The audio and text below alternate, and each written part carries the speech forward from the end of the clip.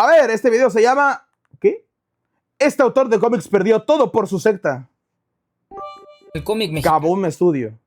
Mi hermano ¿Tiene cambió el secta? teléfono por uno que estaba roto, y cuando se lo pedí, me lo aventó. No me enteré, hasta que le cambiaron la pantalla. Eso no es una broma de los inocentes. Ese suena como un accidente que intentó cubrir.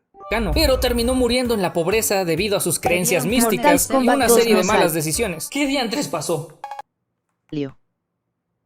Mortal Kombat 2 no ¿Qué pedo?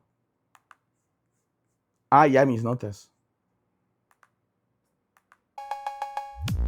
La historia de Óscar González Loyo y su editorial Kaboom Studio es incluso más interesante que sus historietas. Luego de crear un personaje que fue bien recibido en los 80s y de contribuir a que el cómic de Los Simpson ganara un Eisner. Intentaron circuncidarme, pero mi prepucio solo volvió a fortalecerse. Ayer para Día de los Inocentes puse que vimos Nukitashi en Telegram, y en realidad eran fotos sensuales tuyas, Solo diré que desilusioné a muchos ese día. ¡Qué hijo de puta! El máximo galardón al Nukitashi. ¿Y quién te creyó que vimos Nukitashi? cómic en el mundo, pasó a fundar una secta, estafar a sus seguidores y ser el hazmerreír de los artistas de cómic en México. Un lolco para la comunidad friki. Unas me reí de noticias de cómics. Más. Hay mucha competencia. Está todo Nostrafor. Está Andrés Navi con su cómic. O sea, hay mucha competencia. Es una afirmación muy atrevida. Para entender qué está pasando, debemos remontarnos al año del caldo. Ya saben, cuando ser artista de cómic en México era un trabajo de verdad. O también puedes echarte 8 años de podcast de No Creo en Karmatron. Hacer artista de cómic era un trabajo de verdad. No quiero decir nada, pero básicamente los mejores atributos que tuvimos de cómics es básicamente hacer versiones bootleg de cómics de Marvel. Como esa versión que Televisa, por la prensa, hacía los cómics de Spider-Man que no tenían nada que ver con Spider-Man. Cuando peleaba contra las lobas y contra luchadores y todo eso. Nada más porque por alguna razón Marvel no los quiso demandar. Lo cual hice. Necesito ayuda. O sea, tenemos Calimán, pero Óscar González Loyo, alias Chicarcas, fue un artista de cómic nacido en 1959 en la Ciudad de México. Hijo del también artista Óscar González Guerrero, co-creador de historietas icónicas de la época como Hermelinda Linda, un horrendo personaje que hasta tiene película, para que vean que también les iban los tiene 2 películas. 80s. Fue el director de arte de Las Aventuras de Capulina y Las Aventuras de Parchís. Su carrera comenzó desde los 50s y título donde colaboraba, título que vendía como churros calientes. La gallina de los huevos También Calimán y todo lo que hice Varga de oro Dulce. de Editor Mex. El buen Chicarcas, al ver que su padre tenía tanta influencia en la cultura popular de la época y una galería de contactos profesionales de la industria de la historieta mexicana, decidió abandonar sus estudios en la carrera El Tranzas. gráfico de ¡Oh, vamos a hacer el cómic! ¿Y cómo lo llamamos, carnal? El Tranza. la UNAM en 1980 y comenzar a colaborar con su padre, cosa que venía haciendo desde 1973 a sus tempranos 14 años, en Las Aventuras de Capulina, siendo este el encargado de la parte didáctica de la revista. Pero no se iba a conformar con ser un colaborador, él quería sacar su propio título y además ser tan reconocido como su padre. Desde niño ya decía que veía ovnis y mamada y media, pero su padre, en vez de llevar ¿Cómo consigo ese filtro? Tengo ganas de hacer videos con ese filtro. Que para hacer sí ¿de qué? De la era de hielo. por un buen camino o con un pediatra o ya de menos llevarla a bautizar, lo dejó pasar. Y aunado al hecho de crecer en una familia donde se adoraba personajes de historietas y películas como Star Wars o Doctor Who, Oscar desarrollaría una obsesión hacia la cultura pop, los marcianitos, el esoterismo, y esto se veía reflejado en su filosofía de vida. Al buscar darle un sentido al mundo, Interesantes mezclas, las partes de cultura popular, esoterismo y aliens.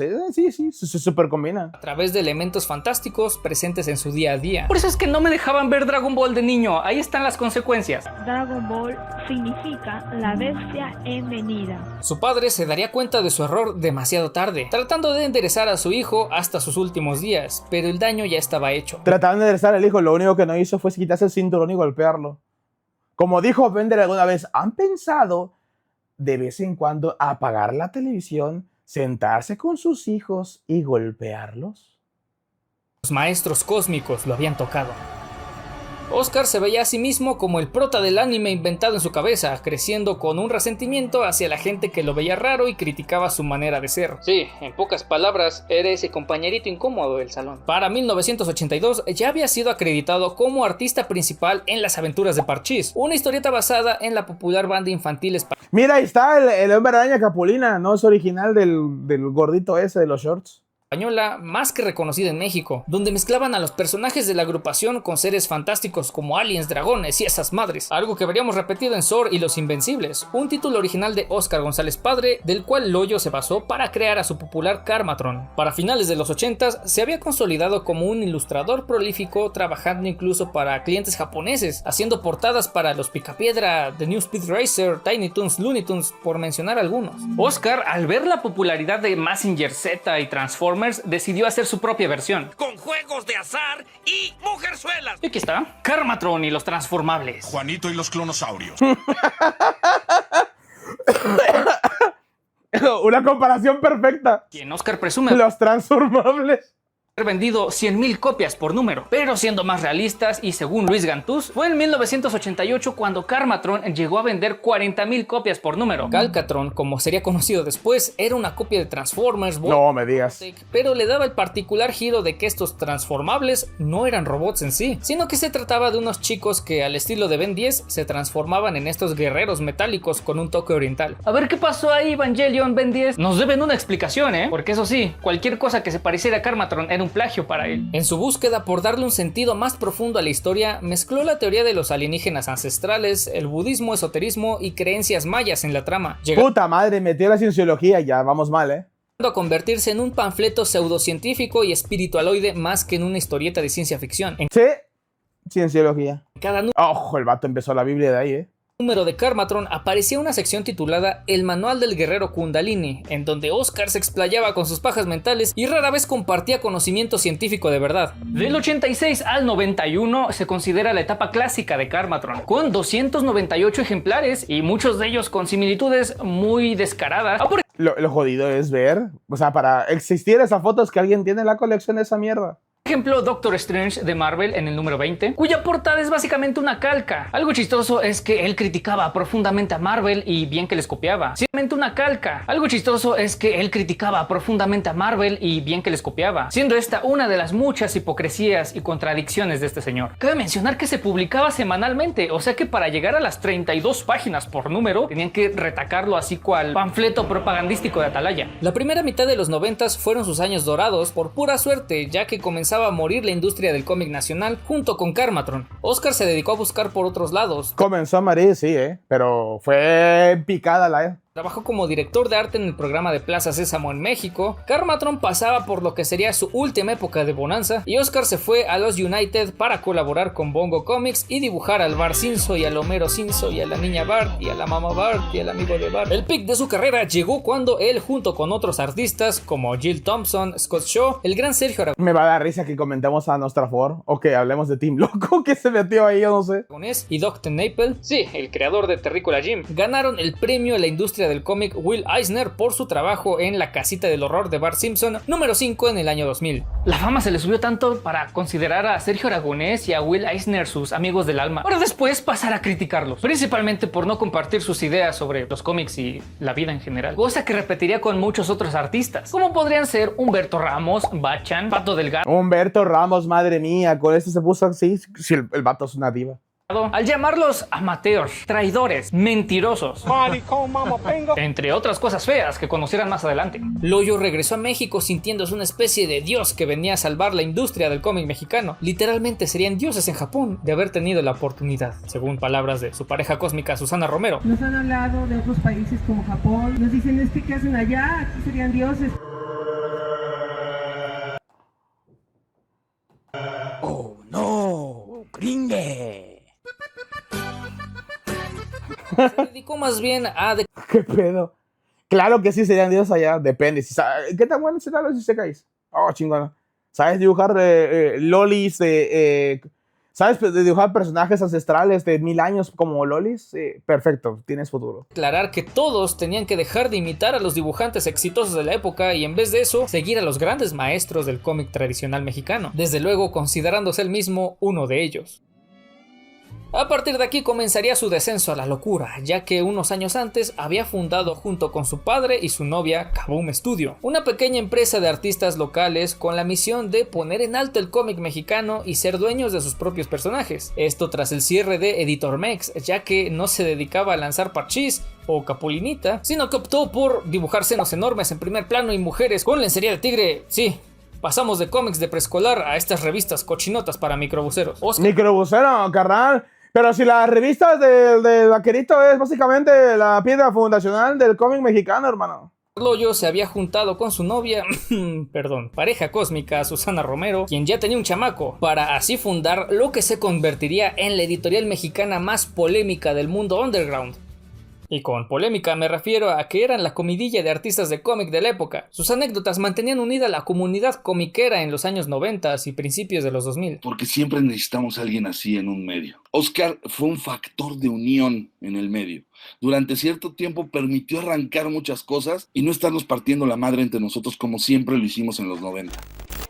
Muy bueno.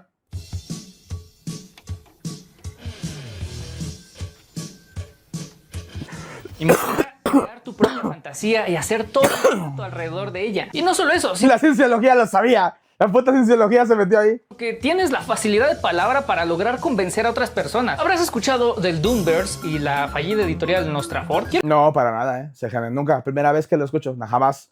Tengo un público latinoamericano al que le encanta shitposting, es la primera vez que escucho de él. Háblame más. Es más, hay que buscar un video del Doom. ¿Quién es el Doom? Que te imagines eso, pero multiplicado por 100. ¿Cómo es eso posible? ¿Cómo es posible? El Karmaverse, como me gusta llamarle, tiene incluso su dosis de tragicomedia y elementos como el KFC que me recuerdan a otros elementos similares como la pizza en el Doomverse. Los más letrados sabrán a qué me refiero. ¿Ya le dijiste a Megatron? Todavía no le he dicho. ¿Decirme qué? Chikarkas, al regresar a México, se dio cuenta de que aún tenía un pequeño número de seguidores, de los cuales, por supuesto, tenía que aprovecharse. No otra vez el Doom, en serio, ¿estuvo en todos lados? Hasta Japón llegó. Hasta Japón llegó. No, pero cualquiera que siente que hay que hablar de lolcos y todo, o sectas van a hablar de esos cabrones. que darles un material nuevo. Por cierto, pregunta seria, ¿el cabrón sigue haciendo videos? ¿O nada más ya se la pasa diciendo pendejadas en Twitter?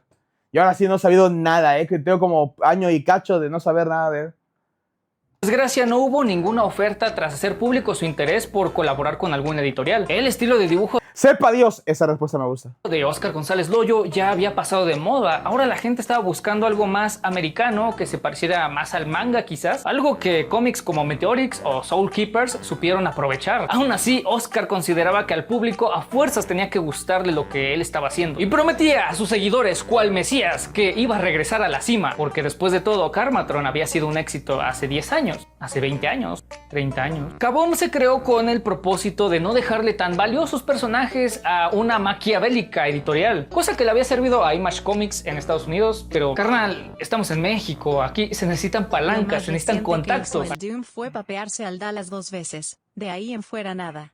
para quizás, no sé, comer, pagar la renta. A Dallas. En vez de hacer eso, Chikarka se echó encima a todo el medio del cómic por su actitud prepotente, pasivo-agresiva, hipiosa, hipócrita. Según Oscar, él iba a salvar la industria del cómic en México, pero a ver, ¿qué es una industria? En palabras de un sabio llamado Luis Gantús, para que esto se considere una industria, tienes que generar trabajos con tu trabajo. Hablo de editores, imprentas, distribuidores, inversores, vendedores de a pie, tiendas departamentales, traductores, puestos de revistas. Esto es algo que vemos ocurrir en el cómic en inglés Y cualquiera que se deje. manga, pero que no ha pasado desde hace varias décadas cuando hablamos del cómic mexicano. Por cierto, Gantús es un enemigo jurado del Kaboomverso. La historia es muy graciosa, en un momento te la cuento. Así que como tal, una industria en México de cómic pues ya no existe. Muchos artistas lo aceptaron, se fueron a Estados Unidos y se unieron a las filas del malvado Marvel o DC. Se dieron cuenta de que no podían pelear contra el cine, contra internet y contra las nuevas tendencias, pero para Chikarkas el juego seguía. Tras infinitas críticas, cero habilidades de venta y una percepción de la realidad bien alterada, OGL y compañía se embarcaron en la noble búsqueda de cautivar a los ñoños de México y Latinoamérica para devolver el oro al país. Si entras a medio del video, parece que está hablando del Domentio. Es como si describiesen una especie de enfermedad o un síntoma. Nuestros sueños impondré, debemos juntar. Y la industria del cómic debemos reactivar. No, porque... Kaboom. Pero eso solo eran piedras insignificantes en el camino de las montañas que les esperaban. Recuerda que si te está gustando el video puedes unirte al canal para salir en los créditos. Comenta si ya conocías a Editorial Kaboom, si eres parte del proletariado y el jiribilleo o si es la primera vez que escuchas de ellos. Damos un salto en el tiempo a los 2000. OGL comenzaría a reclutar gente para sus filas a través de entrevistas en radio, tele y sus propios cómics. Su discurso... México, dueles con todo. ¿Hay algo que sepas hacer bien? A ver, una vez más, no vamos a estigmatizar todo un país por unos zarates. Igual que no vamos a estigmatizar Francia por darnos a Emilia Pérez, no vamos a decir que por estos pendejos todos los mexicanos somos igual de verdes a la hora de producir cosas. Algunos saben producir cosas. El discurso era muy atractivo para los jóvenes que querían incursionar en el cómic. Oscar se aprovechó de ellos en incluso... ¿Eres un refrito? No. Y es más, no necesitabas ni siquiera ser un artista. Con que trabajaras y fueras fan, no necesitabas otra cosa. Bienvenido a bordo. Siéntate como en casa, papito. Bienvenido a Movistar. Eso sí, sin una paga. Voy a trabajar con gente, caray, o sea, aunque no me pague. Para Chicarcas no había algo más valioso que la amistad y dejarlos vivir en su casa, aunque no hubiera para comer. Todo con el discurso de que, digamos... Está bien, refrisco. Te creemos. Otra vez lo que pasó con la Duncueva o la Dumentio Mansión, no me acuerdo cómo le decían. Otra vez, les digo, parece síntoma de algo. Juntos estaban salvando el cómic mexicano. Además de eso tenían que escuchar sus larguísimos sermones sobre seres Lario Cueva, esa madre. mágicos, pirámides, extraterrestres y los seres interdimensionales que se comunicaban con él, porque sí, él era el elegido para salvar el cómic. Estos miembros fueron yendo y viniendo a través de los años, pero solo necesitas conocer a los 5 protagonistas. Oscar González Loyo, protagonista de este seinen, fundador de Kaboom Study y maestro Kundalini. Tiene cara de pervertido. Mira, tío, ya después de los Yares de Subway veo esa sonrisa de pervertido en todos lados.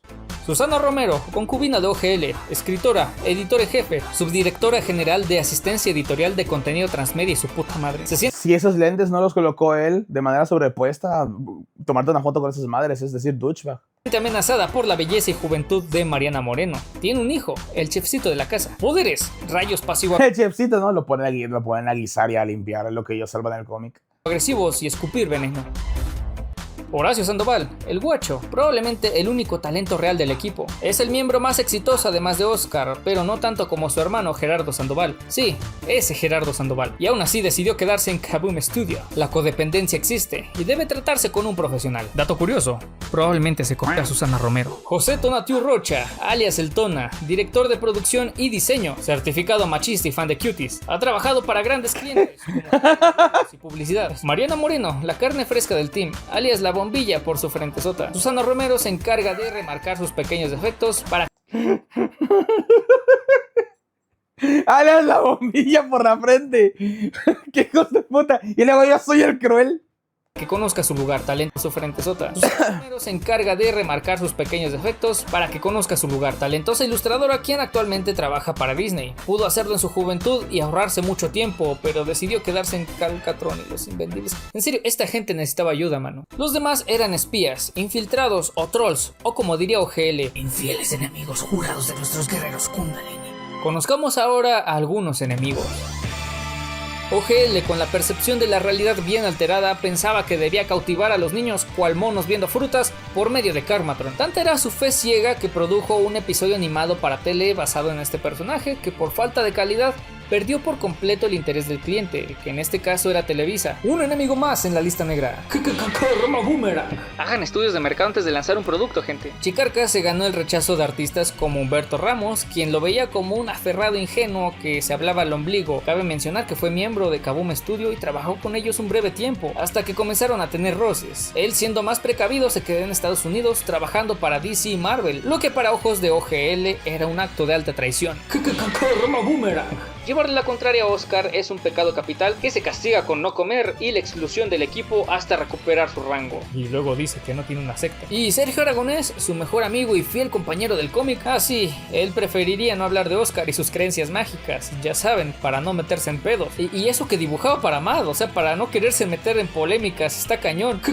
Roma Boomerang. Mis respetos para el señor Aragonés. En serio, no saben la cantidad de personajes importantes que aparecen en este anime. Caifás y Amado, dueños del Dibujaba para Mad y no se quiso meter en pedos con el vato. No creen en Karmatron, líderes del proletariado y maestros del jiribilleo, de los cuales Oscar y los eunucos conocían perfectamente su existencia, a tal grado de rechazar estar en eventos como la mole para no toparse con sus seguidores y trolls, de quienes tomé mucha información y les robé el Roma Boomerang. Gracias por su increíble trabajo mal remunerado a través de los años. ¿En serio valió la pena? Pueden enviarle un saludo a Baby K y a The Love One. ¡Saludos! Saludos. Y uno de mis villanos favoritos, Luis Gantús, periodista y director general de la Conque, la convención que trajo Stan Lee en 2017. Y que de ahí no ha hecho nada, nada bien. Creo que ya se murió. ¿Siguen habiendo Conque todavía? ¿Todavía se sigue haciendo?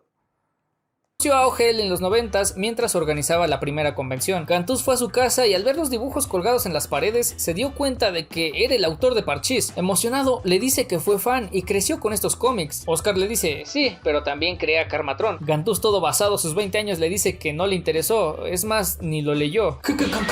¡Au! Sí, este no será el único madrazo que le daría Gantús al ego de Chicarcas. En una ocasión, Luis Gantús escuchó en uno de esos infames podcasts de Kaboom cómo insinuaban que su amigo Bachan había fingido tener leucemia para organizar el Bachatón, una campaña donde artistas de cómic mexicano se organizaron para convivir con fans y recaudar fondos para el tratamiento de esta sensible enfermedad de Bachan. Aclaro, esto lo dijo Susana. Además ya nos dijeron que el dinero lo necesitaban para el seguro. ¿Quién sabe si realmente Bachan estaba enfermo?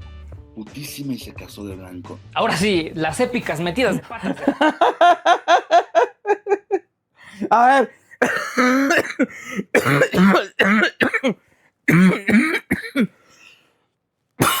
Nos faltará muchas cosas, pero creatividad para insultar, ¿no?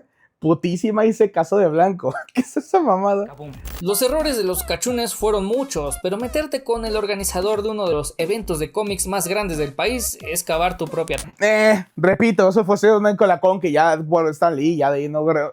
Nada que hayan hecho para mí ameritaba intentar llegar hasta Querétaro otra vez. Tumba. Muchos de estos eventos son la única oportunidad real que tienen los creadores de cómics para darse a conocer. El karma que ellos tanto profesaban terminó por darles una lección, ya que Oscar llegaba a tener emergencias médicas y Susana usaba la situación para que sus seguidores cooperaran para las medicinas y los tratamientos. Fuera verdad o mentira, la verdad es que este método les funcionaba. Con esa doble moral, falsa espiritualidad y una profunda envidia hacia sus colegas, Loyo y los eunucos siguieron anunciando proyectos y organizando eventos para atraer inversionistas. Sin embargo, las oportunidades nunca llegaban. Poco a poco, sus aliados más saludables psicológicamente comenzaron a salir del estudio e intentar trabajar y sacar adelante sus propios proyectos. Loyo vio esto como una traición, ya que según él, preferían trabajar para las empresas y para los gringos antes de quedarse en México a salvar la industria. Comenzó a criticar e insultar abiertamente a sus exalumnos, ganándose la antipatía de sus seguidores y una buena parte del sector comiquero. Oscar, ese güey que se siente tan chingón que puta madre. Es como ver a un güey vestido de pingüino en la calle y el güey se siente que tiene un smoking, cabrón.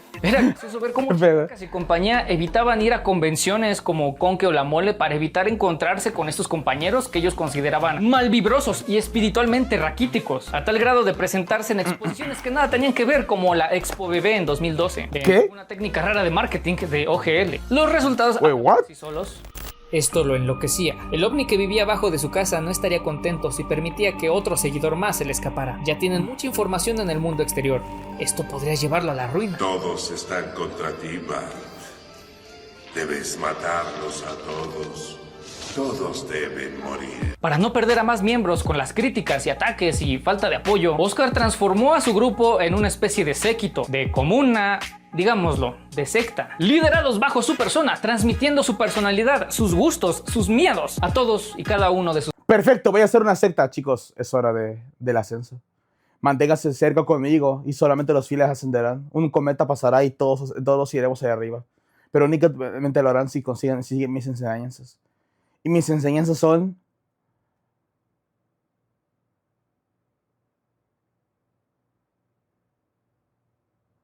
Aún no las piensa.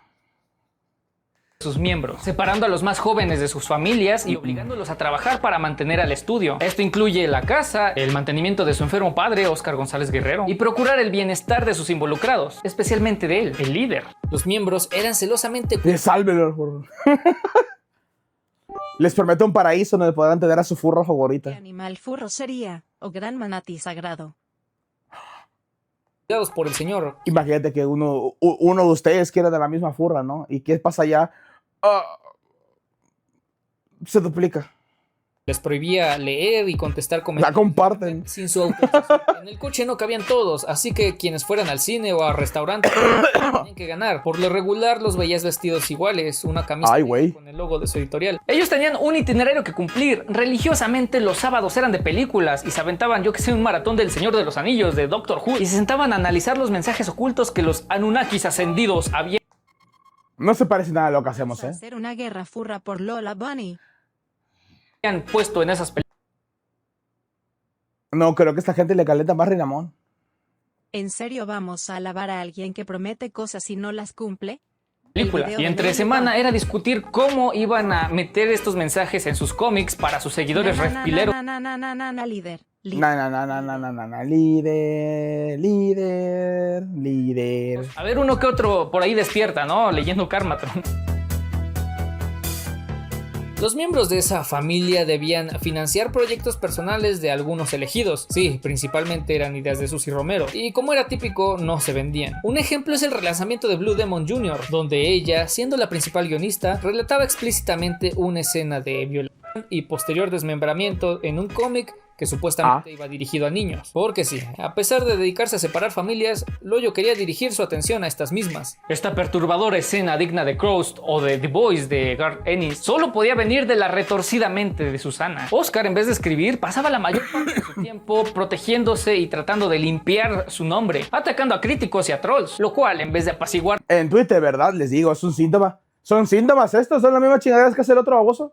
O sea, ya, las acciones, el curso, el patrón de comportamiento ya tiene que ser diagnosticado y bien estudiado y establecido como un síntoma.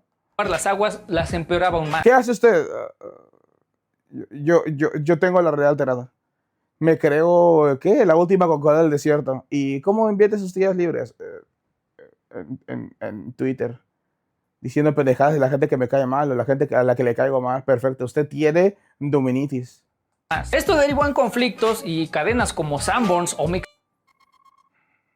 Chale, y yo queriendo hacer un roncón de un mexicano con una japonesa que quiere cantar mariachi, ahora me siento mal. No, tú sigue adelante, sigue tus sueños, a lo mejor la sirve como parodia. Al ver que no se estaban vendiendo sus cómics, se los regresaban, incluso pasando años en el mostrador. Era una molestia para todos, pero sobre todo para los promotores K. Sí, estos eran seguidores del foro de Karmatron, quienes iban a la casa de Oscar y les daban estos cómics para que ellos los repartieran, obviamente sin paga. Para meses o incluso años después, les llamaran diciendo que no se estaba vendiendo, que ya estaban mosqueando, que ya estaban contagiando de hongos a otros cómics. Esto detenía la publicación de Karmatron. Por mucho tiempo vieron días oscuros, pedían ayudas y donaciones a los fans. Sí, su campaña de marketing era la lástima, algo que vemos que funciona muy bien en algunos streamers. Oscar era muy bueno para eso. Ouch. Y algunos incluso los compraban por puro morbo, por carnal. Sí, yo me incluyo. Pero el juego de la lástima, el juego del fracaso, el juego de mira, pobrecitos, cómo le chingamos y no nos salen las cosas, le genera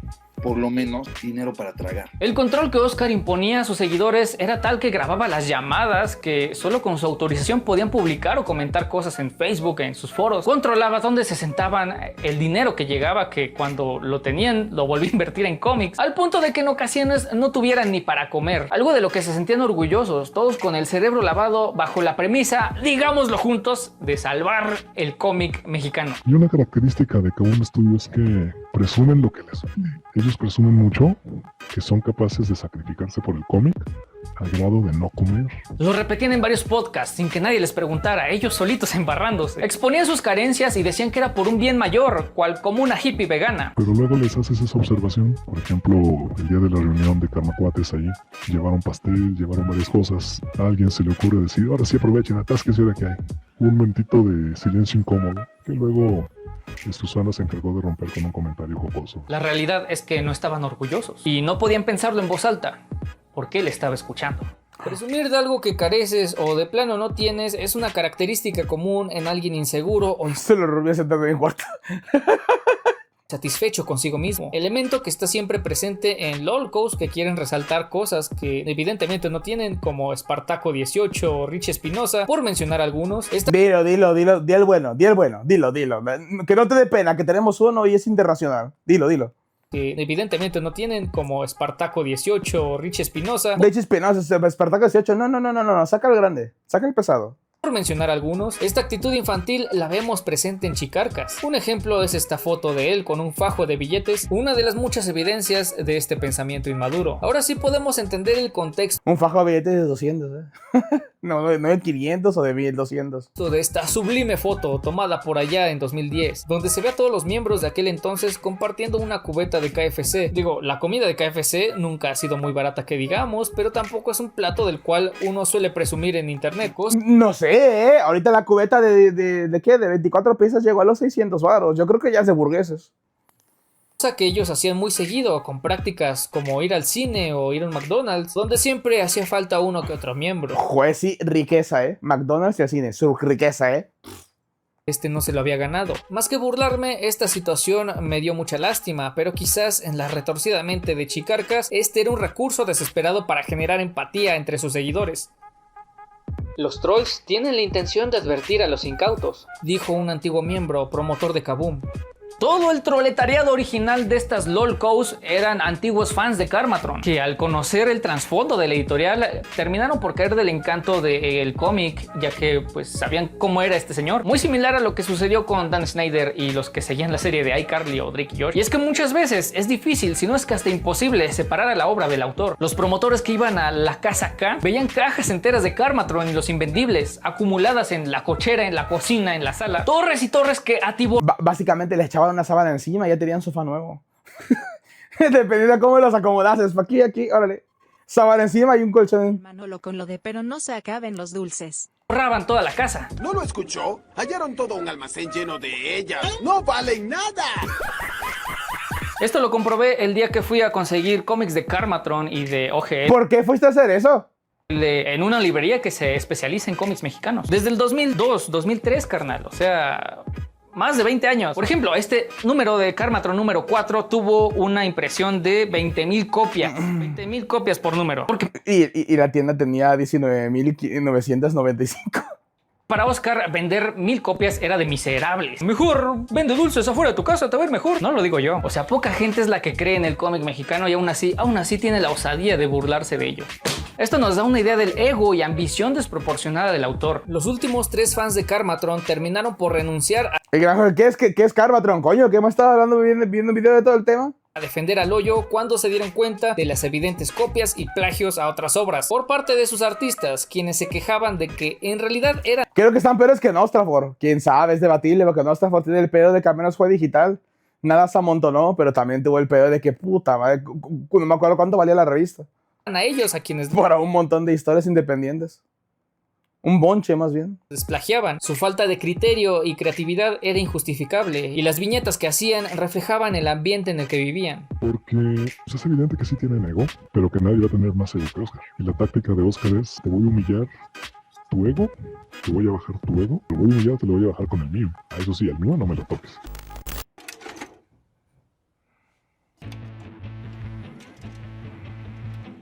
Al quedarse sin contactos, Oscar comenzó su propia convención con juegos de azar, el Karma Fest, un y mujerzuelas. Reunir a los fans de Karmatron en un solo lugar para que les compraran sus torres de invendibles y atrapar a uno que otro incauto que caía por ahí. ¿Sí?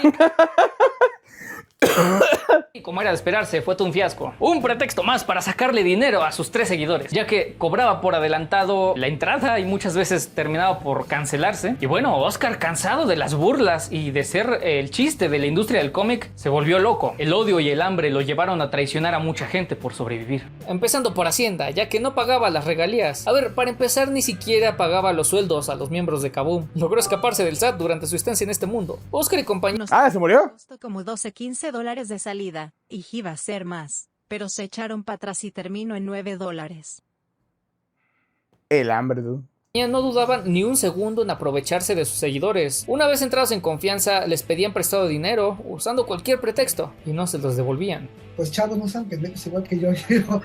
Yo estuve en mi momento de pendejismo, perdona. Y eso se los digo hasta a los calmalectores, a los que quieran leer Calmatrón. Antes de creer en un superhéroe, primero fíjate qué hay atrás. ¿Quién lo inventa? ¿Quién lo hace? Rodo era un ex policía. No, eso no creo que sea buena idea, porque hablamos hace no mucho del tema de separar a un autor de la obra, y si te pones a hacer esa cosa te vas a encontrar como, por ejemplo, Humberto Ramos, te vas a encontrar ¿a quién? Al de Watchmen, que a ver, son obras muy buenas, pero son muy oratas como personas. Como personas son muy oratas. O en videojuegos, al buen el de Bayonetta, se fue como su nombre.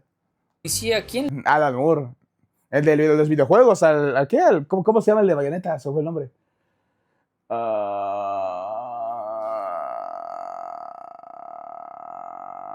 No, Bayonetta, el de los videojuegos. Hideki Kamiya. O sea, te encuentras como mucho. Hay veces que te debes quedar con que no mames, está chida la obra. Porque si vas a conocer a la persona que lo inventó, a lo mejor te encuentras con un orate.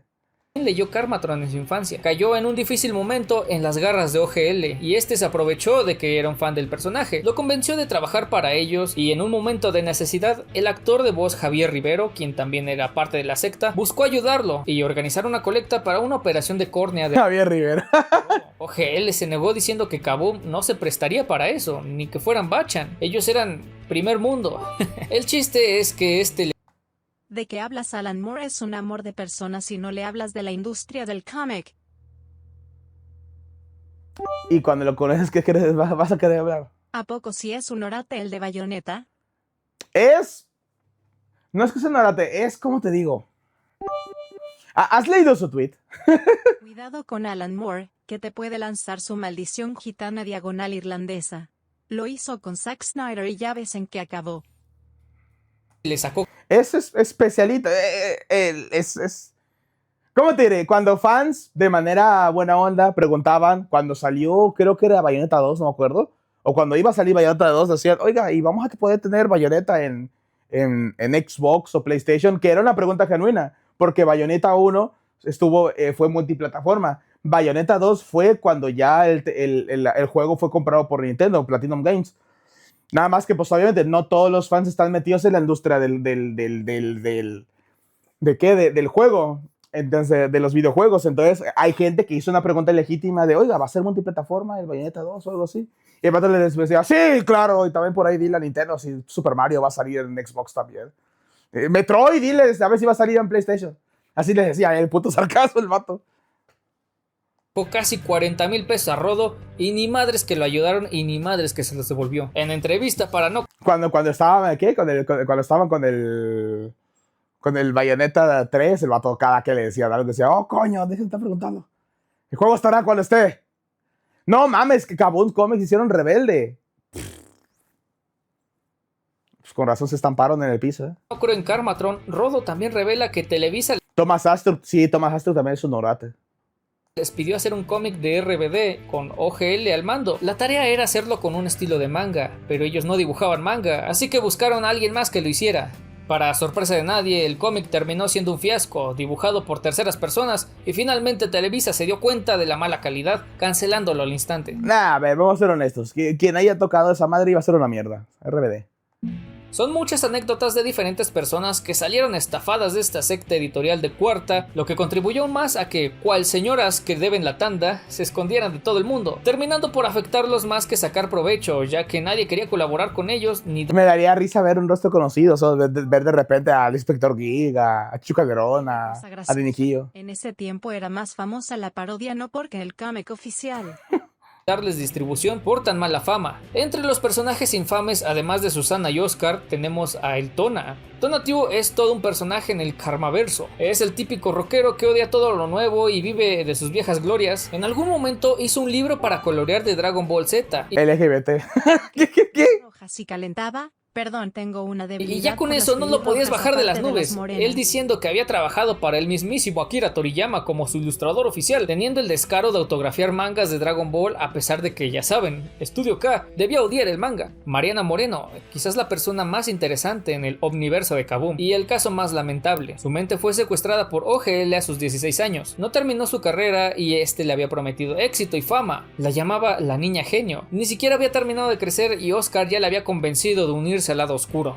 Al desconectarse del mundo exterior a temprana edad, ella quedó atrapada en una infancia permanente durante su larga estancia en Kaboom. Magi, como se hacía llamar ella misma en sus cómics, desperdició sus mejores años como esclava espiritual de este abusador. En muchas de sus viñetas se daba a entender que no estaba del todo conforme ahí, presentándose como una niña pequeña que no tenía tiempo de hacer otra cosa más que trabajar y sufría constantes ataques de ansiedad y estrés. El proletariado incluso llegó a suplicarle que se largara de esa casa. Tenía talento y lo estaba derrochando para cumplir los sueños de alguien más, de un hombre frustrado y enojado con la vida. Ella era el rostro de Kaboom. Oscar la usaba para promocionar cualquier lanzamiento y acercar más al público joven. Trabajaba haciendo comisiones, pero sus redes, claro, estaban siendo vigiladas. Las ganancias eran para la casa.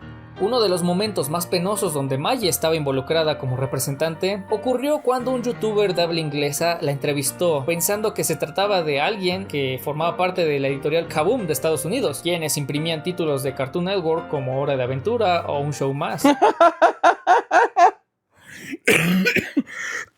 Pobrecita, un momento de trágame de tierra.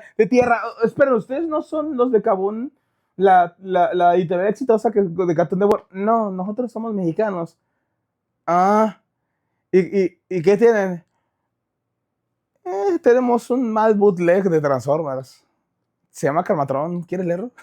I think it's Kaboom without a dash. Cartoon Network como Hora de Aventura o Un Show Más. I think it's Kaboom without a dash, but here our company is KA-boom. ¡Au! ¿No se supone que RBD y Krillin tuvieron una collab? Space E Studio. De aquí el origen del infame K-Boom Studio, algo que los trolls no dudaron en usar para la jiribilla. La batalla de los K-Boom no rindió ningún fruto y hasta la fecha son usados como un ejemplo de lo que no se debe hacer.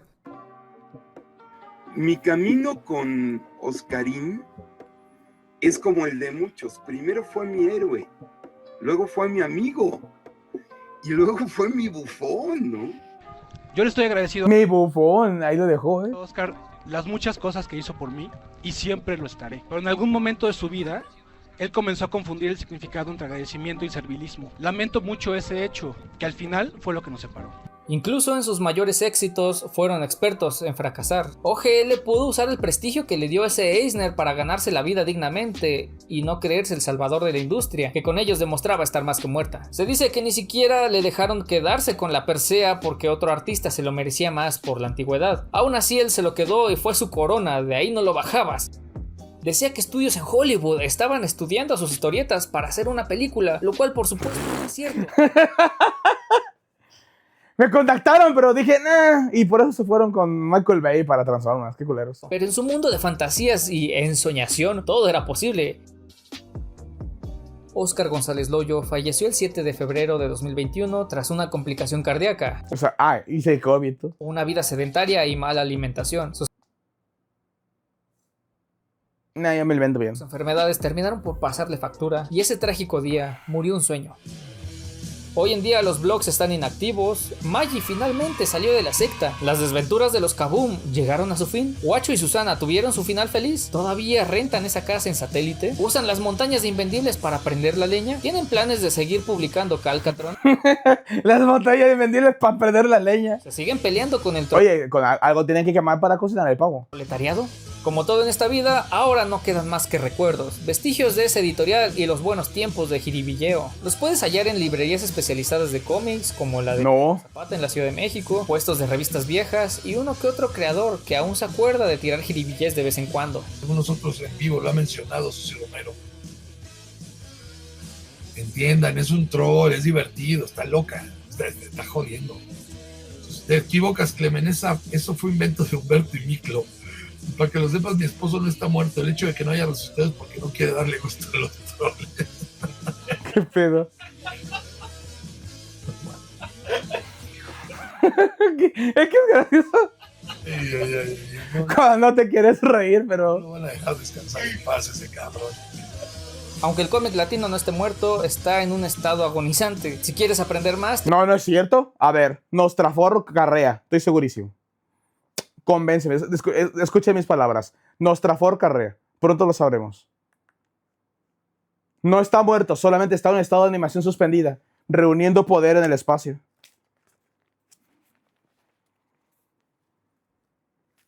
En el espacio, reuniendo poder.